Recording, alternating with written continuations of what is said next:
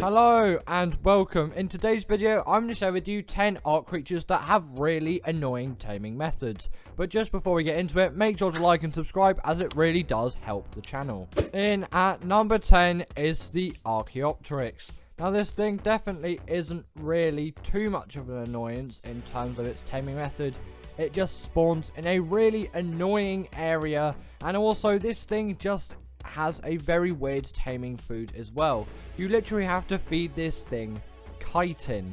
This thing, in my opinion, just has a really annoying taming method, as somehow whenever I'm taming one of these things, for whatever reason I actually tame one of these things, I always end up messing it up miserably. And also, once you have got this thing tamed, it isn't really even worth having one, because the glide suit exists now. Before the glide suit existed, this thing may have been very viable for you. But now the glide suit exists, these things really are not worth the tame, and for me, they are just really, really annoying. In at number 9 is the Basilosaurus. Now, in my opinion, this may not be the same for you, but I just really, really hate passive tames. Passive tames are literally the bane of my Ark playing. Especially around a Basilosaurus in the wild, you will find loads of mantas. And mantas are an absolute pain. The worst part of taming a Basilo is definitely luring all of those mantas away and finding a way to either lose them or dispose of them. And sometimes that just takes absolutely ages. And on top of all of that, the Basilosaurus tame does take a while on top of that as well. Passive tames are definitely not fast. And I would argue that a knockout tame is significantly faster than a passive tame. When you have tamed a Basilosaurus though, these things are incredibly useful, and I do think every Ark player at some point should tame themselves a Basilosaurus. These things are absolutely legendary. They are by far the best creature for doing underwater caves, as they are immune to electric eels and jellyfish, which is a godsend. In at number 8 is the Plura. Now for me, the Plura is a completely useless tame. I have absolutely no use for this tame at all, but if you play PvP on Ark, the Plura is a great shout and definitely a tame worth taming. But it is definitely an annoying tame which you really shouldn't underestimate. It is a passive tame as well, where you will feed this thing spoiled meat, you'll need bug repellent, and you'll need gilly. But the thing is, where Pluras spawn, there are loads and loads of other hostile creatures. But I would say Ragnarok is the go-to map for taming these things, as on the island, they only spawn in caves, and you really do not want to be taming one of these things in caves, as it is pretty much bound to go wrong, unless you kill every other creature in the cave, which simply isn't viable. But in terms of the mantis' use in PvP, these things can destroy any type of structure. Yes, even tech. But the thing is about this creature, which makes it even better for PvP, it is small and easy to get around. In at number 7 is the Stalker. This was definitely a much bigger issue in terms of taming back when Genesis Part 1 came out, but now that the Desmodus exists, blood packs are so much easier to obtain now, and the Stalker tame isn't as annoying as it used to be. But if you are just playing on Genesis Part 1, the Stalker can still be a very annoying tame, and a Desmodus isn't an easy tame in itself either, so it is definitely a task to get all of those blood bags, especially if you are taming a high level. It could even take thousands of blood bags if you're playing on official and you are trying to tame a max level 150.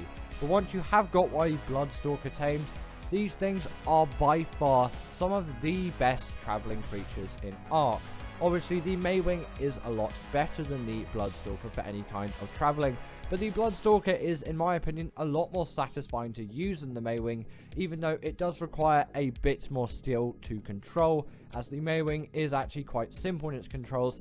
It still takes a while to learn, but if you compare the Stalker to something like the gas bag, this thing is much, much easier to control, and also Genesis Part 1 really rewards you for learning those skills, as there are many missions where you will need a Bloodstalker, and there are also Bloodstalker race missions on Genesis Part 1 as well. So if you want some quick, easy hexagons, then actually if you are good at flying a Bloodstalker, it might not actually be a bad shout to learn how to fly a Bloodstalker, and then you will be able to combat those missions really easily and get all of those necessary hexagons. In at number 6 is the Basilisk. Now I'm sure by now you know how the Basilisk is tamed, and it is definitely an annoying one which you should not underestimate. You will need eggs such as a rock drake egg, a magmasaur egg, or I think wyvern eggs work too. And essentially after you have those eggs, what you need to do is from a higher position where it is not aggro to you, you need to drop the eggs above it, and then it will keep eating those eggs, and then eventually at some point after many eggs that it is eaten, you will tame yourself a Basilisk. And this is definitely a tame worth taming. They are reasonably fast, they do insane amounts of damage, and I'm pretty sure their second attack even does torpor.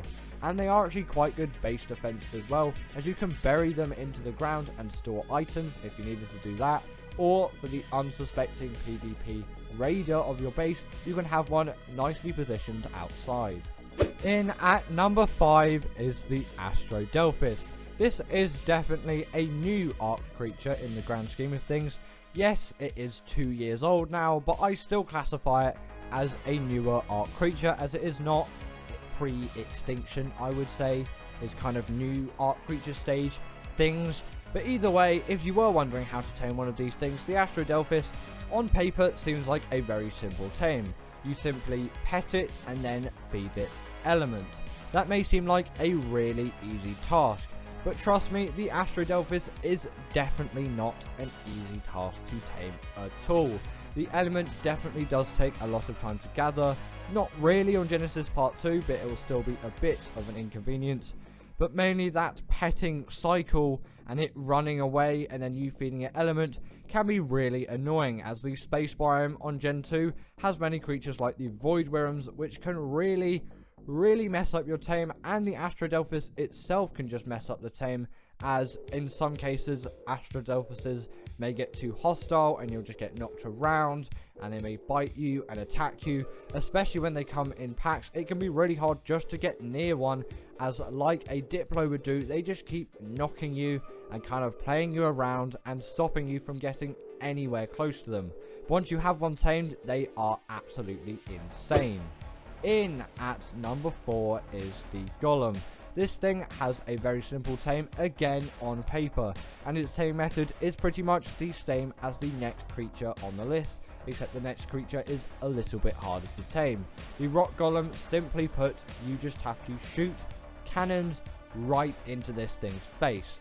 And actually that is a little bit of an issue, as cannons aren't very easy to control on Ark, which makes it really annoying, and also a Rock Golem head is pretty small for a cannon to actually hit. It's like the Titanosaur tame.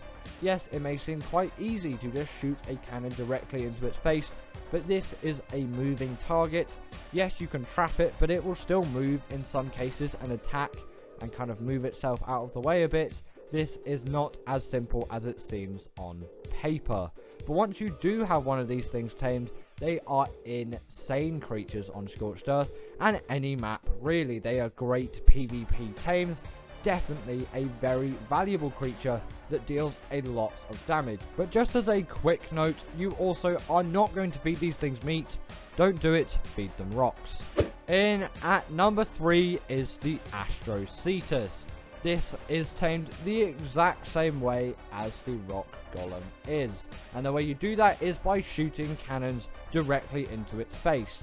Yes, a Astrod face is a lot bigger than a Rock Golem, but with the zero gravity where these things spawn on Genesis Part 1, and their general higher mobility than a Rock Golem, and a different dimension you have to deal with, as you were taming these things in the air, they can definitely be a lot more difficult than a rock golem to tame.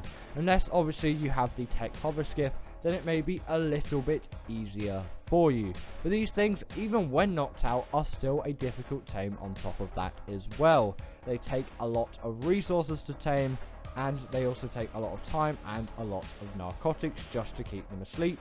Once tamed, you have yourself an absolute hunking beast of a PvP creature. In at number 2 is the Rino Ganatha.